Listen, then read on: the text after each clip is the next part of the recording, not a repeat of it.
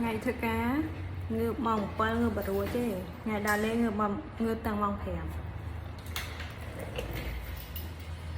ជំរាបសួរសួស្តីអ្នកទាំងអស់គ្នាថ្ងៃហ្នឹងមានដំណើរកម្សាន្តទៅកាន់សុកឈោសមុទ្រសុកឈោនៅខាងវ៉ុនដូវ៉ាលីមានអីធំដុំហ្នឹងអត់មានទៅមួយអាទិត្យ4-10ថ្ងៃទេទៅតែមួយយប់2ថ្ងៃទេហើយ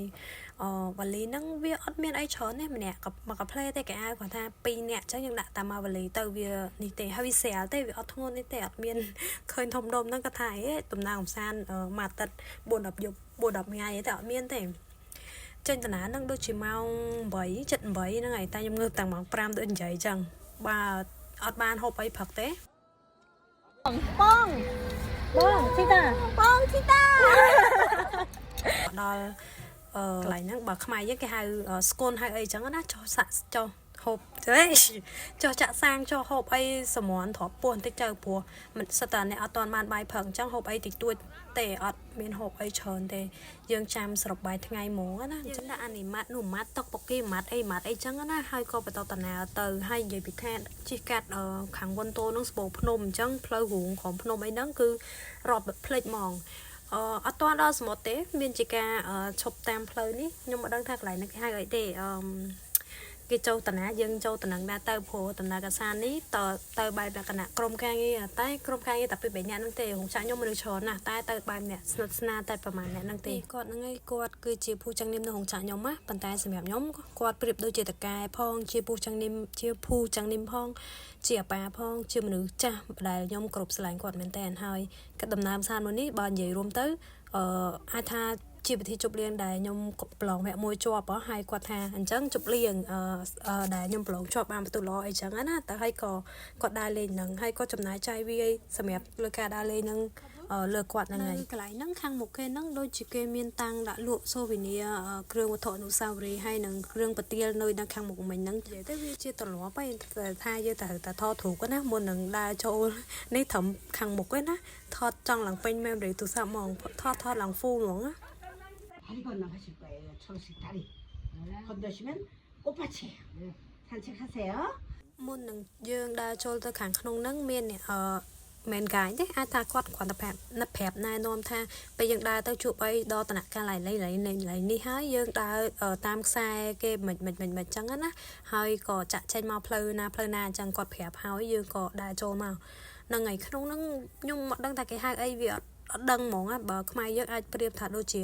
ភូមិវប្បធម៌ចោះដែលមានគេដាក់តាំងជាប្រភេទ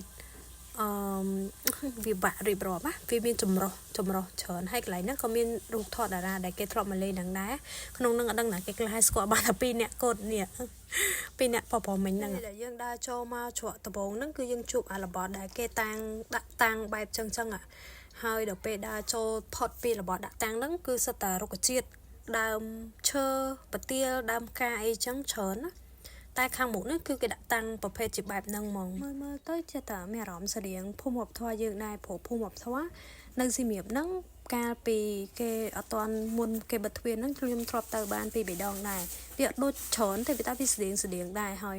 ដល់ពេលគេប្រកាសថាបិទទ្វារឲ្យគេបើកថ្មីនេះខ្ញុំដូចជាអត់ដែរបានទៅដើរលេងឬក៏ទៅណាមួយណាជាមួយជនជាតិកូរ៉េជនជាតិកូរ៉េមិនថាធ្វើការឬក៏ដើរលេងគឺដើរបែបលឿនហ្មងខ្ញុំទៅនេះថតបានញឹបហើយខ្ញុំដើរក្រោយគេទៀតគឺគេដើរទៅមុនរហូត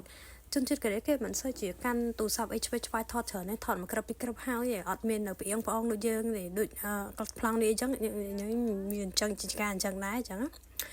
នេះវាមានអាកន្លែងនេះអត់ដឹងជាអីរបៀបដូចផ្ទះអឺរ៉ុបផ្ទះអីចឹងណាគេមានដាក់តាំងរឿងល្បី Fan Romeo Julia អីស្គាល់ហើយនេះប្លង់កន្លែងនេះដឹងរត់ទៅអីឯងមានជាការឃើញប្លង់វាស្អាតអីឈុតស៊ីមួយប្លង់រត់លេងមានអីរៀងសំណំដែរទៅហ្នឹងបើកថ្ងៃមួយល្មមមិនក្តៅខ្លាំងទេតែវាក៏មិនត្រជាក់អីដែរនិយាយរួមទៅបើកថ្ងៃបើថាឈរយូរអាចបើថា50លីហ HN នេះកែបសុកូរ៉េចាទឹកនេះឃើញតែចឹងណាត្រជាក់បើថ្ងៃក្តៅប៉ុន្តែវារៀងខ្យល់ត្រជាក់មកលហើយដែរថ្ងៃហ្នឹងដូចជាមិនសូវជាមានមនុស្សច្រើនឬមកក៏ខ្ញុំទៅវាពីព្រឹកពេកអញ្ចឹងគេស្រុកនេះគេដើររៀងល្ងាចអីចឹងចេញពីកន្លែងហ្នឹងញ៉ាំបាយថ្ងៃតែវាមិនបាយថ្ងៃស្រុកនេះគេមិនសូវជាញ៉ាំបាយសហ្មងគេញ៉ាំគៀវញ៉ាំ អាហ្នឹងគេហៅអីគេផ្លេចបាត់ហើយនេះឃើញក្នុងរូបហ្នឹងមើលខ្លួនឯងខ្ញុំផ្លេចអាហ្នឹងគេហៅអីបាត់ហើយបងស្រីអង្គុយចិត្តខ្ញុំហ្នឹងគាត់ជនជាតិឥណ្ឌូនេស៊ីធ្វើការនៅរោងចក្រខ្ញុំហ្នឹងគាត់ចិត្តល្អរួយរាយរាក់ទាក់ហើយអ្នកនរឃើញអញ្ចឹងចាកូនកន្លោះកុំអី30 40បងហ្នឹងចេញពីកន្លែងហ្នឹងក៏